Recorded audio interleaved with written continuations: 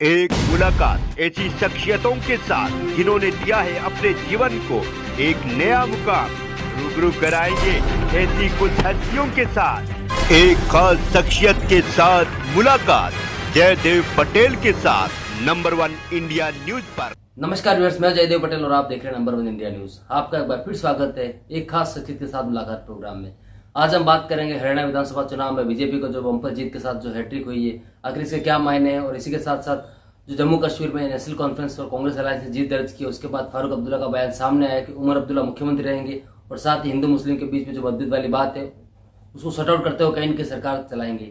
आखिर से क्या मायने हैं, तमाम मुद्दों पर बात करने के लिए हमारे साथ खास सम्मान है उत्तर प्रदेश के पूर्व मुख्यमंत्री डॉक्टर दिनेश शर्मा। डॉक्टर दिनेश शर्मा जी, आपका बहुत बहुत स्वागत है आज हमारे प्रोग्राम में। डॉक्टर दिनेश शर्मा जी, आपसे हमारा पहला सवाल है कि हरियाणा विधानसभा चुनाव में बीजेपी को जो बम्पर जीत मिली है, इसके क्या मायने आप देखते हैं? क्योंकि जिस प्रकार से आंकड़े जो आए थे एग्जिट पोल्स के, वो कहीं ना कहीं नतीजों के अगेंस्ट थे। देखिए, Bharatiya Janata party cadre based party है और कार्यकर्ता प्रतिष्ठा बनाकर वो अपने तन मन धन से वो पार्टी के लक्ष्यों को प्राप्त करने के लिए लगता है। हरियाणा का चुनाव परिणाम मोदी जी के प्रति जनता का अगाध स्नेह और विश्वास का परिणाम है।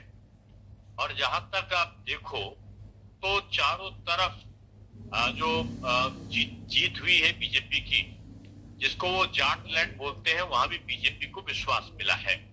जिन क्षेत्रों को वो अनुसूचित और दलित वर्ग का कहते हैं, वहां भी बीजेपी को मिला है। जिस क्षेत्र को वो पीडीए का भाग पिछड़ा वर्ग कहते हैं, वहां भी बीजेपी जीत कर आई है। और बीजेपी ने अभी तक की सबसे बड़ी जीत दर्ज करी है, ये एक विशेष बात है। और जीतने के बाद भी 3 विधायक भारतीय जनता पार्टी के साथ आ गए हैं, जो निर्दलीय है और बीजेपी के साथ कभी जुड़े थे। यानी 51 सीट एक तरीके से देखा जाए भाजपा के पक्ष में है। ये एक बहुत बड़ा बहुमत है। और हरियाणा का जो संदेश है वो पूरे देश में जाएगा 2 चीज के लिए। एक तो जो कांग्रेस का बड़बोलापन था, भाजपा जा रही है, कांग्रेस आ रही है, जलेबी खा रहे हैं और जलेबी गोहाना से मंगाएंगे, प्रियंका जी को भेजेंगे। अब किसको भेजेंगे किसको नहीं भेजेंगे इनका अलग विषय है, लेकिन कांग्रेस का बड़बोलापन बेकार साबित हुआ है, नंबर 1। और नंबर 2, जो आम आदमी पार्टी है उसने 86 सीट लड़ी थी और 85 में उसकी जमानत जब्त हुई है। यानी जमानत जब्त कराने में एक भारत का रिकॉर्ड बनाने वाली पार्टी आम आदमी पार्टी सिद्ध हो चुकी है। जो पूरे भारत में राज्य करने का ख्वाब देख रहे थे, गुजरात में जमानत जब्त होने का रिकॉर्ड बनाया उन्होंने। अभी दिल्ली की 7 की 7 सीटें अब वो हार गए।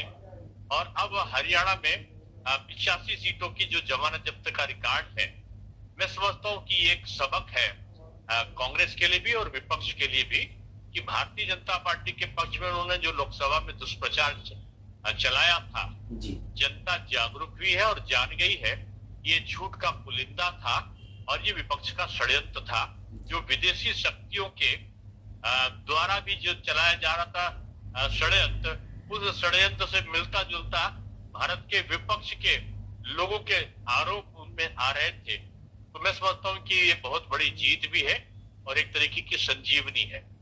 सर, फारूक अब्दुल्ला का ये कहना है कि उमर अब्दुल्ला जो है वो जम्मू कश्मीर के मुख्यमंत्री बनेंगे, लेकिन हम जो हिंदू मुस्लिम के साथ में जो मतभेद वाली बात है उसको कहीं ना कहीं हटाते हुए आगे राज्य को विकसित की ओर ले जाएंगे। बस वो अगर ये कर ले तो बहुत अच्छा है।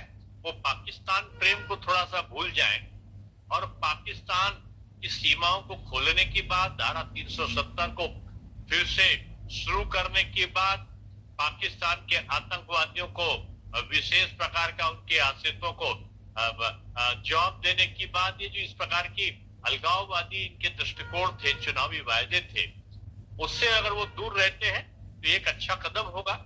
और उनको यहाँ पर अवसर मिला है, लेकिन एक चीज ये याद रखना चाहिए कि जम्मू और कश्मीर में भी भारतीय जनता पार्टी मत प्रतिशत के आधार पर सबसे बड़ी पार्टी है। नेशनल कॉन्फ्रेंस से भी ज्यादा उसने पाया है। और सबसे बड़ी बात यह है कि कांग्रेस वहां मात्र 6 सीटों पर सिमट गई है। यानी एक अगर वो नेशनल कॉन्फ्रेंस का साथ ना होता तो शायद कांग्रेस की और बड़ी दुर्गत जम्मू कश्मीर में भी हुई होती।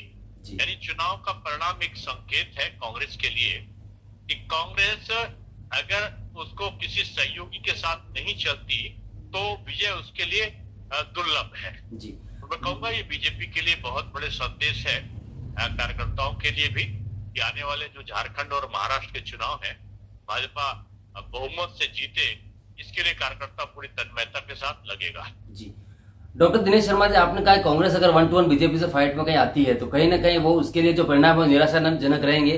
और यही बात उद्धव गुट की जो प्रियंका चतुर्वेदी जो एमपी है, उन्होंने भी बात कही कि कांग्रेस को ये सोचना चाहिए कि बीजेपी से सीधे अगर टक्कर लेंगे तो उनको निराशा हार लगेगी। तो वहीं अरविंद केजरीवाल ने ये कहा कि आप अकेले चुनाव लड़ रहे हैं, एक ओवर कॉन्फिडेंट है, उसकी वजह से नुकसान सामने आया है। तो क्या आपको लगता है कहीं ना कहीं हरियाणा और जम्मू कश्मीर के जो नतीजे हैं उस पर कहीं ना कहीं विपक्ष जो है बिखरा हुआ नजर आ रहा है? नहीं, देखिए, विपक्ष कभी एक था ही नहीं। उनका तो था कि एक मंतव्य था कि मोदी ना आवे चाहे जो हो जाए। परस्पर विचारधारा अलग होने के बावजूद एक कॉमन विचारधारा ये थी कि मोदी जी के नाम पर वो सब एकजुट थे कि वो ना आए। अब उनको लग गया कि उनके चाहने के बाद भी वो नहीं रुकेंगे और कांग्रेस आज अप्रासंगिक पार्टी सिद्ध हो रही है। इसलिए मुझको लगता है जो तथाकथित राजनीतिक दल उनसे मिले थे वो एक बार अपने संबंधों के बारे में पुनर्विचार जरूर करेंगे। जी डॉक्टर दिनेश शर्मा जी, आपसे मेरा आखिरी सवाल है कि हरियाणा और जम्मू कश्मीर के जो नतीजे सामने आए हैं उसका उत्तर प्रदेश के उपचुनाव पर कितना असर दिखाई देगा आपको? स्वीप करेगी भाजपा, ऐसा कार्यकर्ताओं में उत्साह है। और विपक्ष में निराशा इसी बात की है कि भाजपा से मुकाबला कांग्रेस नहीं कर सकती। और इसी के परिणाम स्वरूप आज 6 सीटों को समाजवादी पार्टी ने घोषणा भी कर दी है, लेकिन उनका सबसे बड़ा पीडीए उनका परिवार ही है। आप देखें कि अगर जितने भी यादव जाति के लोगों को टिकट दिया है, यादव सम्मानित बिरादरी है और हम लोग पहले सब लोग उनका सम्मान करते, सभी जातियों का करते, लेकिन आप देखिए लोकसभा में 5 टिकट दिए और 5 एक ही परिवार को दिए। अब विधानसभा आया, उसमें भी एक यादव को टिकट मिला, वो भी उन्हीं के परिवार का मिला है। इसलिए परिवारवादी दृष्टिकोण वाली पार्टी और कांग्रेस का भी यही परिवारवादी दृष्टिकोण है। इसलिए मैं समझता हूं कि एक ही सोच है परिवारवादी, इसलिए दोनों का गठजोड़ है और वो भी जल्दी समाप्त होगा। जी डॉक्टर दिनेश शर्मा जी, आपने हमारे लिए समय निकाला, उसके लिए आपको बहुत बहुत धन्यवाद। बहुत आभार।